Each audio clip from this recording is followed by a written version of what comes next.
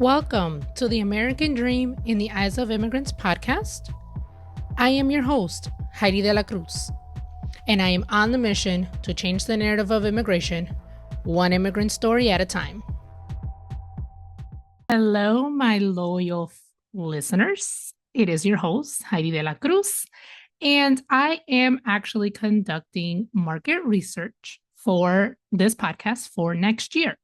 So I am wondering if you would like to have episodes published on a weekly basis. So instead of every other Tuesday, how it is published now, would you be interested in listening every week?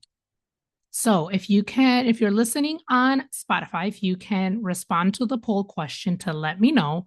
If you're watching on YouTube, you can send me an email. The email is in the show description. Or if you're listening on Apple Podcasts, the email is in the show notes. And if you can let me know whether you would be interested in listening to this episode on a weekly basis, or if you like that it is released every other Tuesday and you want to keep it just the way it is, please let me know. I am here to serve you as a listener, and I want to make sure that this show, you're having the best listening experience as possible. So thank you so much again for being here, for listening, for supporting. And I just need that little favor. Thank you so much. Hello, everyone. Welcome back to another episode of the American Dream in the Eyes of Immigrants podcast. I am your host, Heidy De La Cruz. And today I have Miss Soraya, and we are going to be talking about, her growing up in Canada and then moving to the U.S. So thank you so much for being here today. If you could just introduce yourself to the audience, who you are, what you do, and then get right into, childhood growing up in Canada. Hi, I'm Soraya Senosier. I'm a social specialist. I'm now a senior social specialist Ooh. at the Inter-American Development Bank. I've been working in international development for many years. Awesome. And so, tell us about, growing up in Canada. Like Canada is, our neighbor country. So it's like, I visited. So can you tell us about like growing up, and then obviously since you've been here in the US and in Canada, tell us like a little bit about either differences or similarities between the two countries. Okay, well, I was born in Montreal and I was raised in Ottawa and in Montreal. My parents are Haitian, so I'm Haitian-Canadian. In terms of the US, because neighbors, were really influenced by the US. So I grew up watching Cosby Show like everybody else grew up watching Cosby Show. Okay. We had access to Sesame Street. We had access to all of like the local US channels and then music, etc. So there was a lot of influence from the States, and I used to visit a lot. So I never, really thought there was so much of a difference. I thought, oh, we're just going from one side to the other. Yeah. As a Haitian-Canadian, I thought growing up when I was younger, I mean, where I was in Ottawa, there wasn't a lot of Haitian people, but there wasn't a lot of teasing and things like that. But I knew on the other side that a lot of my cousins and friends that I knew who grew up in the US when they were younger, particularly in the 80s and early 90s, there was a lot of teasing and picking on, and that wasn't something that I lived through in Canada. And then I moved to the States about 10 years ago, actually. And I thought, oh, it's going to be, but it's very different. Now that I live here, I realize it's very, very different. Values are different. The amount of violence that there is in the States is very jarring to me. Gun violence, people still right now we're in elections. And people are talking about, oh, we're not going to take your guns away. And I'm to myself, and I'm thinking, well, take the guns away because it's very scary. Canada is also a capitalist nation, but it's not so. I don't feel like it's so capitalist. I think in terms of how people are work driven and things like that. So there are things that are very different in terms of morals and values, and that's Mm. different. I didn't grow up so segregated, but it wasn't. There wasn't a lot of people either in my community to allow yourself to be segregated. So some of those are some of the things that I see in terms of major differences. And um, I have to say, racism here is quite in your face. Mm. Um, um, Racism exists in every community. It exists Mhm. certainly in Canada, and it's not to say it. I'm not saying it doesn't exist in Canada, but here it's quite in your face, and you can get away from it, particularly in the last 8 years. Um, News, for example, everything's very insular here. You don't learn a lot about other Yeah. communities and stuff like that. Mhm. So when something's going on around the world, I work mostly in Latin America and the Caribbean. And as a Haitian Canadian, if there was something going on in Haiti, I could turn on the news and I could see it, but it's Yeah. not the same here. Um, and our community, in terms of Haitian, is not so vilified Mm. as it is here. And what's going on in the last couple of weeks has been quite discouraging. I Yeah. think the there's a big influence, especially in Montreal, of Haitian community. And so the community is, I think, respected. But also, when you step away from your country, you always look at it a little bit with rose-colored glasses, Yes. Que bonito, everything's so nice, and, la la la. And then, so there's a little bit of that going on as well. But Yeah. yeah, so those are I think the big differences for me are um I understand the history of racism in the country much better living here. And now I Mm. understand why there was such a difference, etc. I thought a lot of times people were exaggerating, etc. And I see that they're not. Um, I have always, and as many, US is always cool. And so the US culture in terms of music, particularly Black culture, was always really, really, that's cool, and Yeah. if you're Yeah. there and you're cool and etc. And when I'm living here, I realize just how really, really cool it is. Not because of um what in terms of popular culture, but in terms of what was achieved in such in such a Yeah. difficult history. So the fact that I can um have a bank account, rent a house, rent an apartment, all of these things, I'm so aware that people had to fight to do that for me. And so that is what I like. So that's the thing I notice a little bit more. Yeah. So these are some of the things that I've Yeah. noticed. Food is um food is not good in terms of what's inside food. Mhm. So that's another thing. So Yeah. like things that look similar, because it's not like I came from real far. You Yeah. know, I took a plane, it took me an hour, Yeah. and so you get here, and like bread has sugar, um just a lot of hormones and things like that. So those are Yeah. it's, it's a it's a mind trip because it's not far, but it's real different. It's a real different, yeah. You touched on a lot of good points, and with the food, what comes up is like when we visited Canada, I think we stopped at like a McDonald's. Hmm. Like I think we were going to wherever we were going to, we stopped at a McDonald's and I ordered the same thing that I always would eat when we would eat at McDonald's in America, which is a fish fillet meal. And it tasted so different. Uh-huh. And so I'm used to obviously the McDonald's in the US. So when I had the food from Canada, I was like, this is gross. Like, why is this? And it was probably like healthier, than the one here. I'm not sure if it was But it healthy was there. so different. Like it tasted so different. But That yes, that McDonald's story reminds me of when I came to visit my cousins in Brooklyn.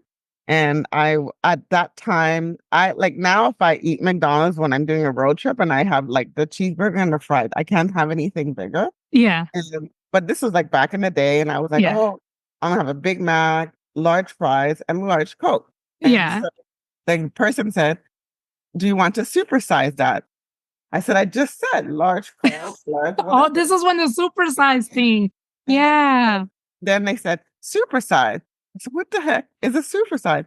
And they showed me, and I was like, what? And I was young. Yes. I was young, and I still was like, who would why would Yeah. do this?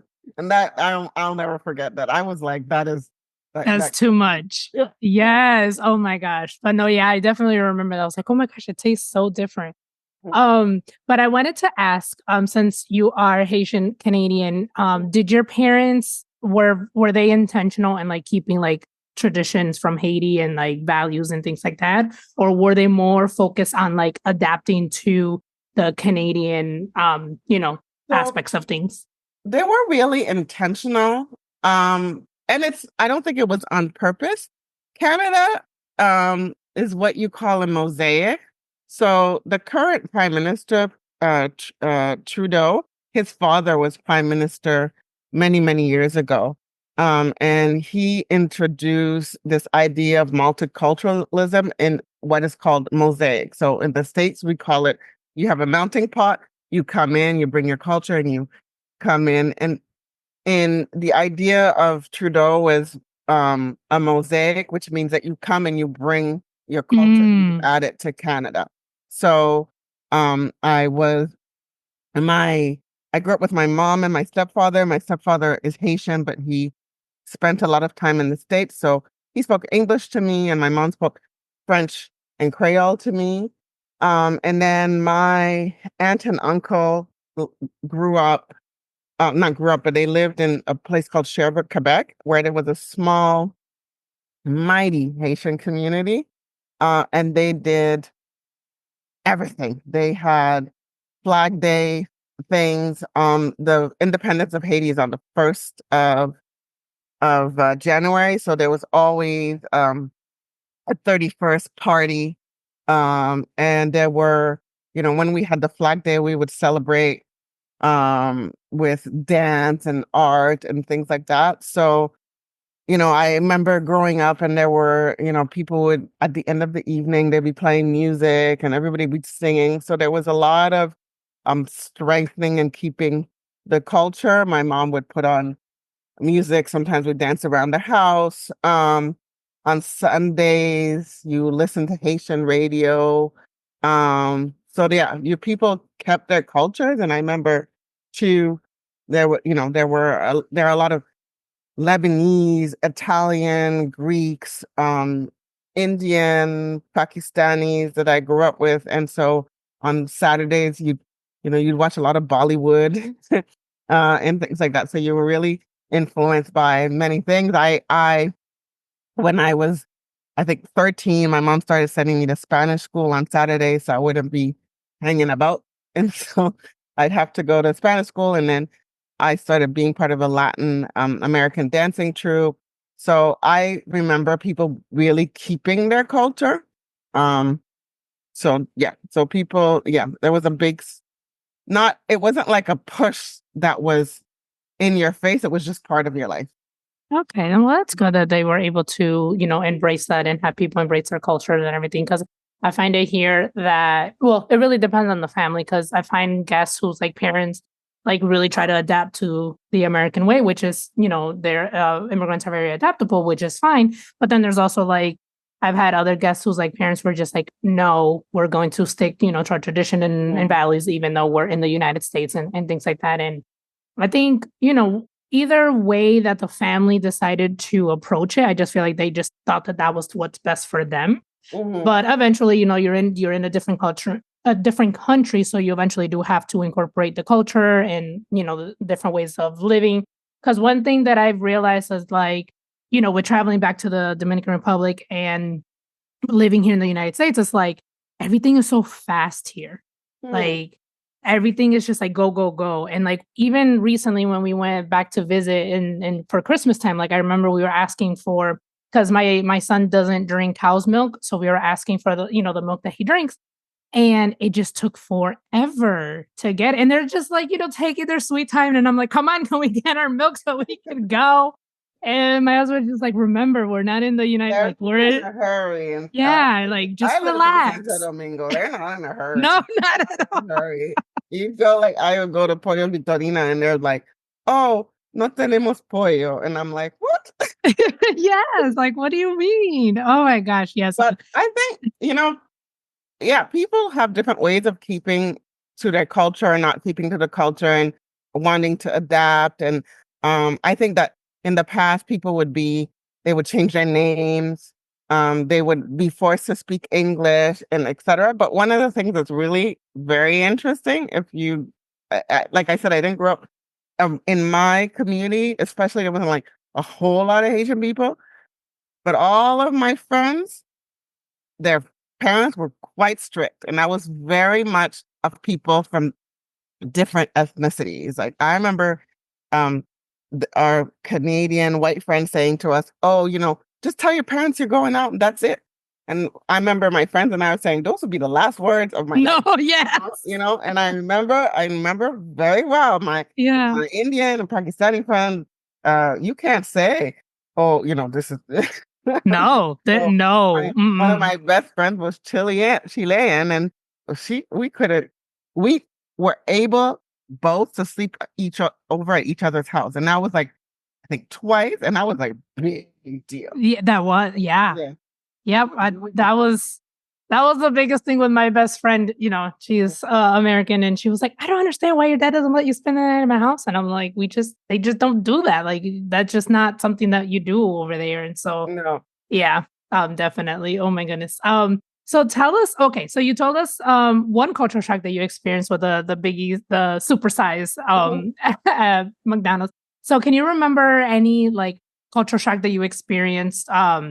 Whether it was when you visited the US or when you finally decided to move to the US. Any other cultural shocks that you can remember that you experienced?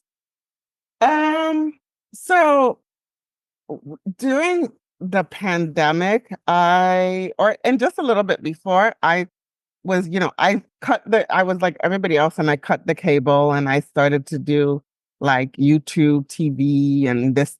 So I did YouTube TV, I think first. And then it was like, let's say it was $30. And then 3 months later, they're like, we're raising it to $50. I'm like, what? $50? I was all like upset. And then I went to Hulu TV and they raised it as well. And I told my friend that I thought this is ridiculous. They're really raising the prices this way. And, what about other people who can't afford it? And I don't understand why they're raising it, et cetera. And I said, you can't do that in Canada. There's regulations and et cetera. Mm-hmm. And I remember she said to me, well, that's socialism. And I was like, huh? It's not socialism. It's just you have regulations. That's price gouging, et cetera. And I was a bit shocked because she didn't think it was wrong or she didn't think it was a big deal. And that was kind of jarring to me because I was just kind of like, what do you mean? I just didn't understand that people think this is okay to raise the price and et cetera. Nobody says anything. Yes. And that's a culture shock I have a lot, that prices are raised and nobody says anything. Like if I feel a lot I feel like a lot of people think the higher it is, the better quality it is. But it's not always that. I remember that as being a bit of a shock.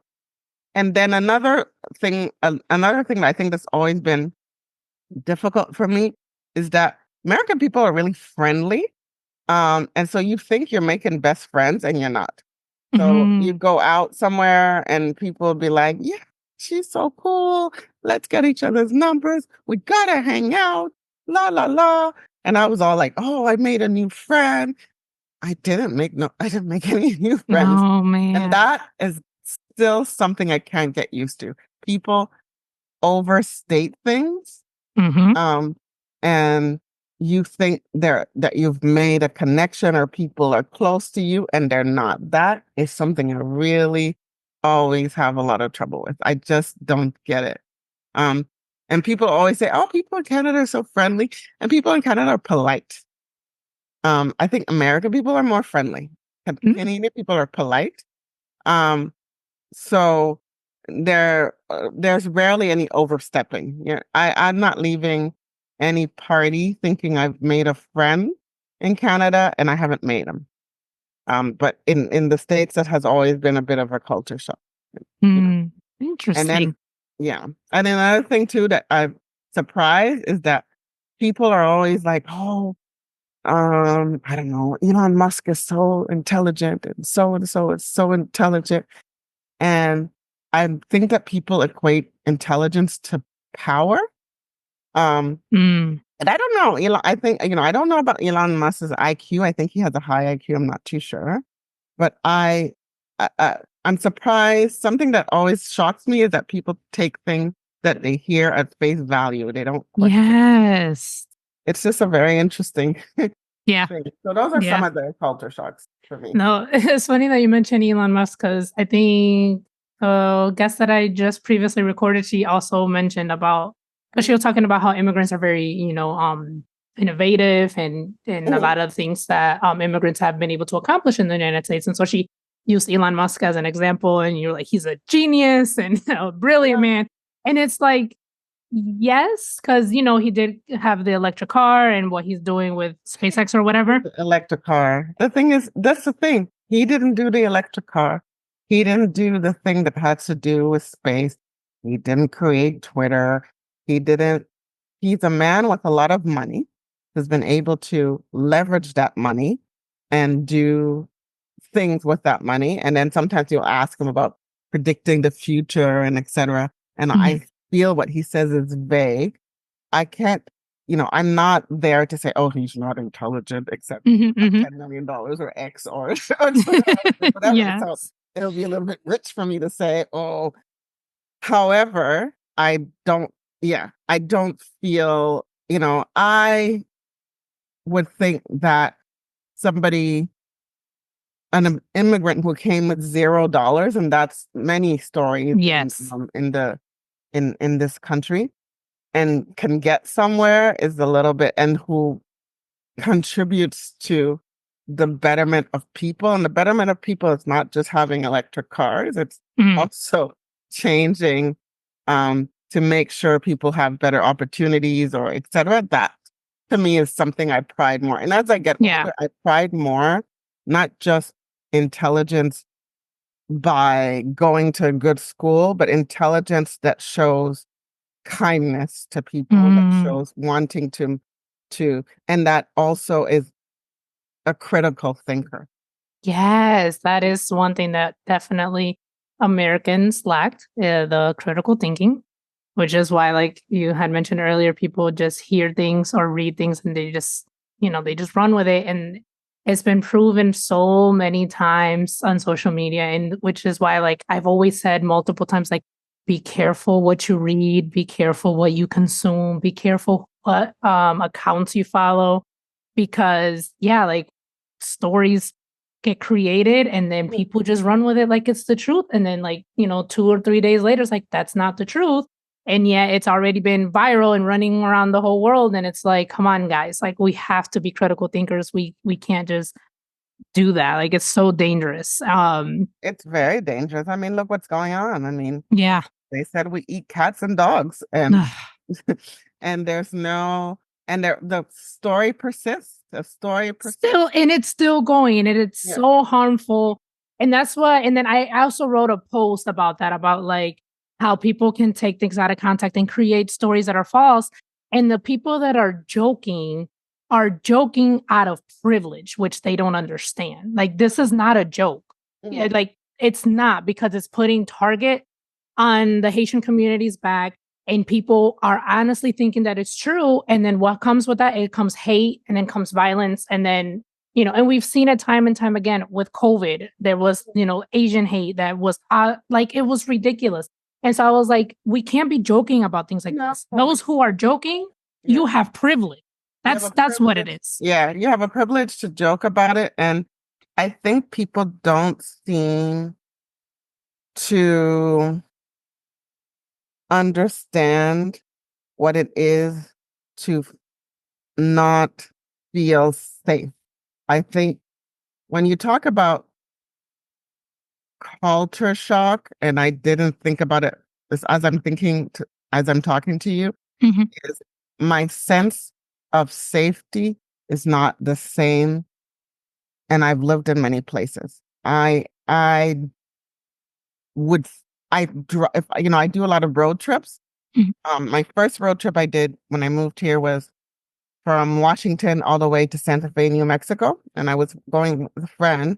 She's Latina, but she's like a white facing Latina, Hmm. and she was like, "Oh, we could go."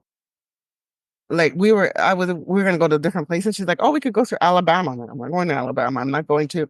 Hmm. Um, and that's just because I'm like, I don't know.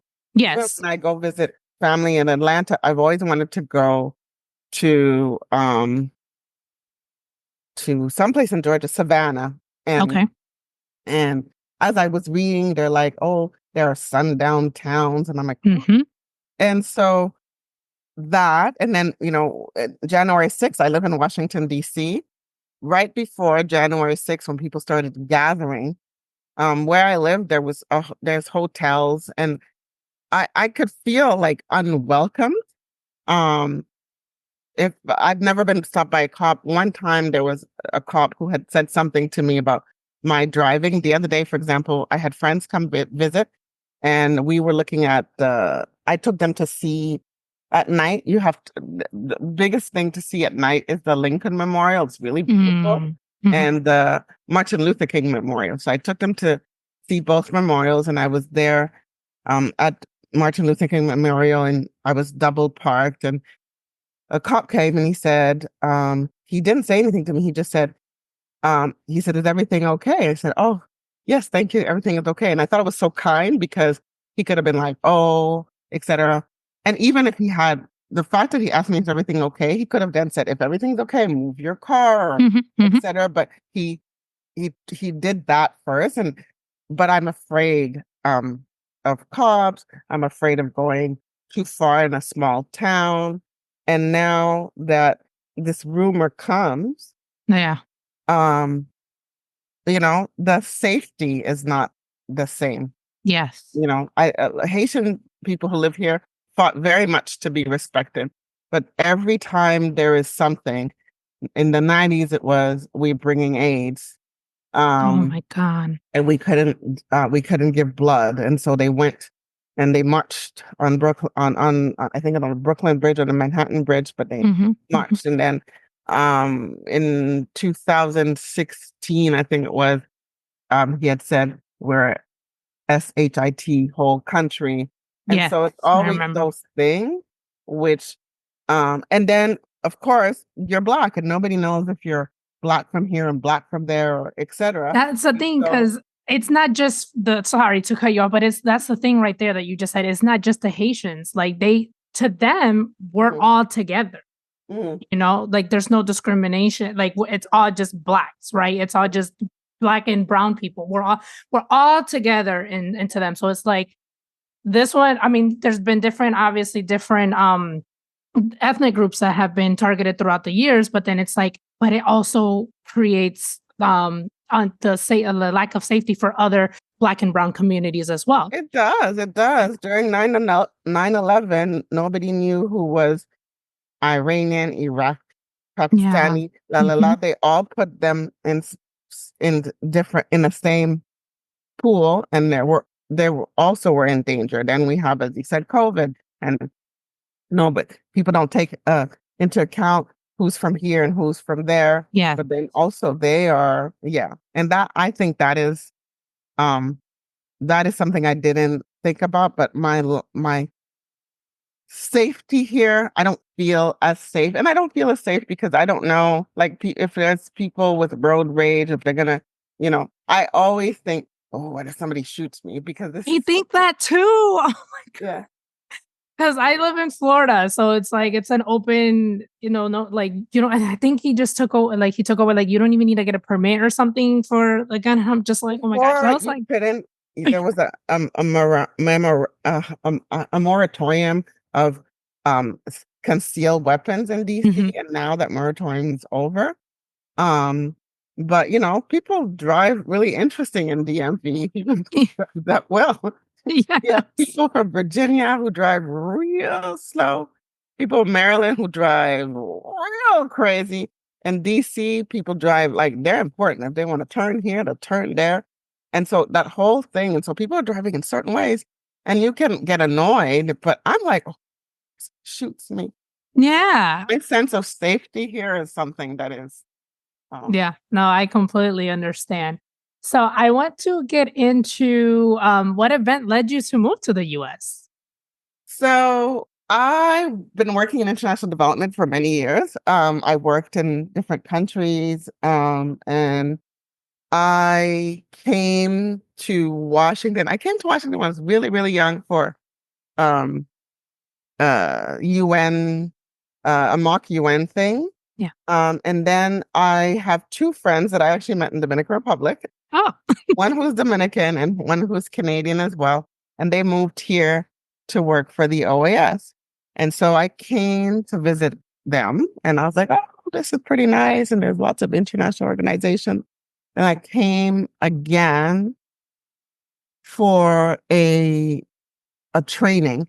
And I was living then in Haiti. And then when I came, I'm like, I like this city. mm, I it's it's a nice size. I'm like completely in love with New York. So I always thought I'm gonna be in New York and yeah. etc. But I did like DC and I said, all right, I like this city. This is a nice city. And then I that this was in May 2013, and I said, oh, I should come here for the summer, not knowing how expensive it is. And I came with what I thought was a lot of money, Oh. $3,000, gone in a second. But I spent the summer and I liked it. And then um there is a couple of international organizations here, and I left that city. I left the city in fall 2013 without a penny, and I a year mm, about a year later got a job with an Mhm. international organization, and I came. Mhm. Okay. And so you said you have been here for 10 years now, but over a Mhm. little over 10 years now. Yeah. Have you thought about going back to Canada or any other country that you have lived So I've thought about going back to Canada many a times, in? particularly under the Trump administration. Mm, I thought about going home a lot. I like it here. It's a good city. Lots of things to do. yeah. Free. Um, my job is good in many ways. Um, the hesitance of going home is there's not as many international organizations. Oh, Um, okay. and winter, Oh I my got gosh, yes. I got used to the DC winter, which is Versus the Canada brutal winters. and stuff like Yeah. that. But I've thought of going home, and sometimes um like what's going on lately in terms of what's being said about the Haitian community, and in terms of um when George Floyd, etc. All of those things sometimes just makes me want to go home. Yeah. No, I bet. Understandably so. I've been trying to convince my husband. I was like, we can move to the Dominican Republic. I mean, I was like, we work remote. Let's go. You can live well in the Dominican Republic I've been trying to convince if him. I you're was like, not Haitian. like that's a whole different topic right there. Oh my God. That's like you said, like racism exists literally Yeah. everywhere. And it's very unfortunate the comments that I have heard, even from family members Mhm. about Haitians. And I'm just like, seriously, guys, like Mhm. so small minded and it's so sad too. That's Just that's another thing that's interesting in the Caribbean, as Caribbean people. hmm Um, We can be real small-minded. Oh, yes, the whole colorism thing, and even without the own Dominican community, the whole colorism thing. Like Mhm.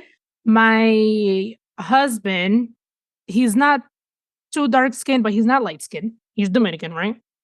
So if you look at him, he looks black, right? Mhm. And he had told me that growing up, his aunt told him to make sure he would marry a light skinned Latina to fix up the race, like Ah, a mejorar la raza. yeah, para mejorar la raza. The That's first time I heard that in my life wasn't even in Dominican Republic.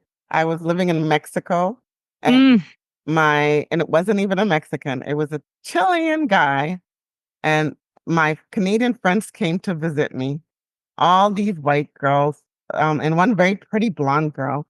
And I remember, and I had never heard that in my life. And he said, "A mejorar la raza," and I was like, "Oh." wow, I yeah, didn't know. I didn't yeah. know. I didn't So know. whole Yeah. colorism exists literally everywhere. So Yeah. like, yeah. I mean, we know like the whole even curly hair, like Mm, that took me a while to really embrace my curly hair because it was really if you didn't have straight hair, your hair wasn't done.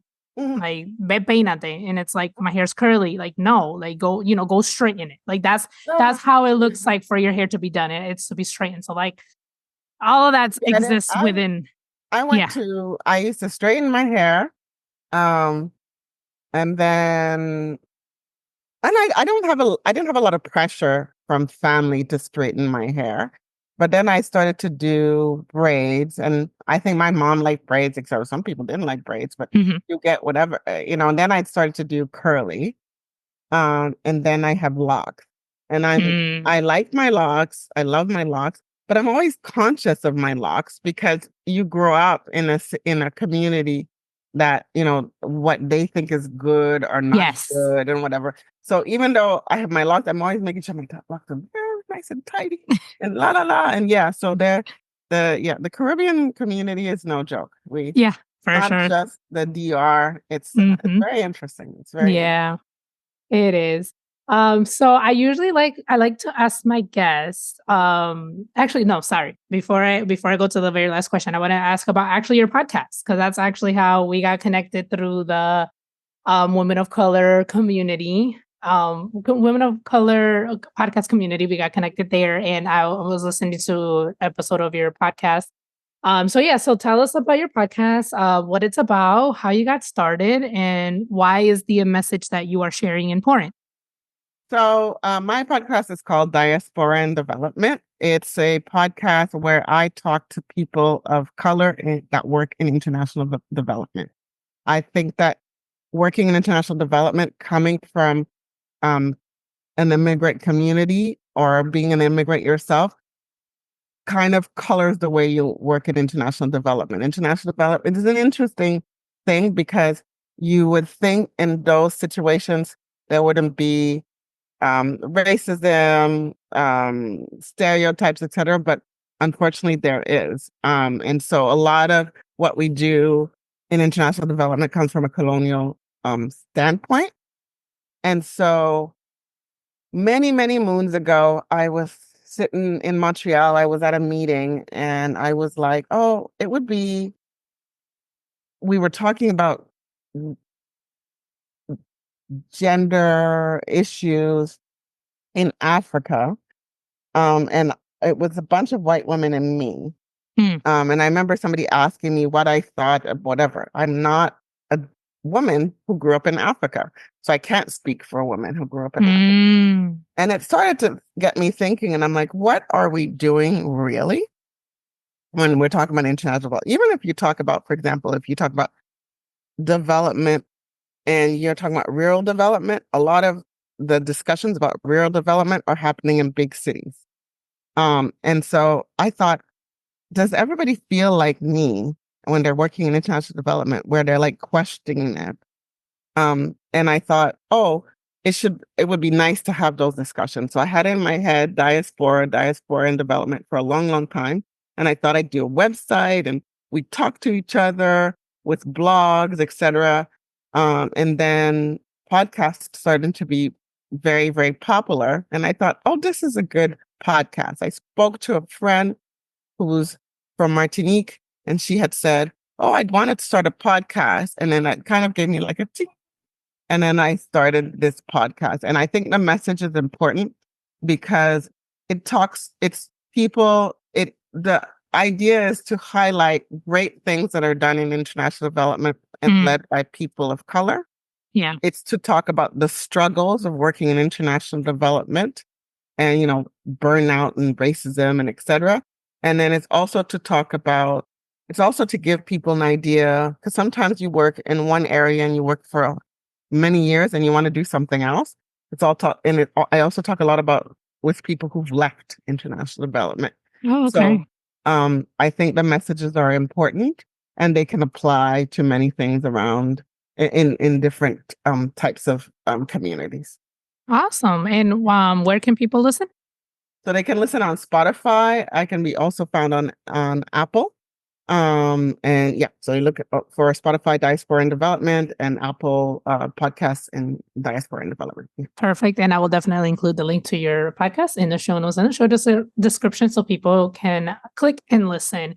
And so, okay, now the last question that I love asking my guests is, what does the American dream mean to you? The American dream means to me the possibility of making or carving out a life that makes you happy. And that you are able to do things without wanting for anything. So if you want to feed your family, go on vacation, buy a house, you're able to do that freely. I think that means the American, and without fear and without persecution. I think that's what the American dream means. Beautiful. Thank you so much. Thank you so much for this amazing, insightful, and very needed conversation. Thank you so much for sharing your experience. Is there any last words that you would like to leave with the audience? Yeah. I mean, we talk a lot about, because you're talking about what's it like to live in the States and all the culture shocks and things like that.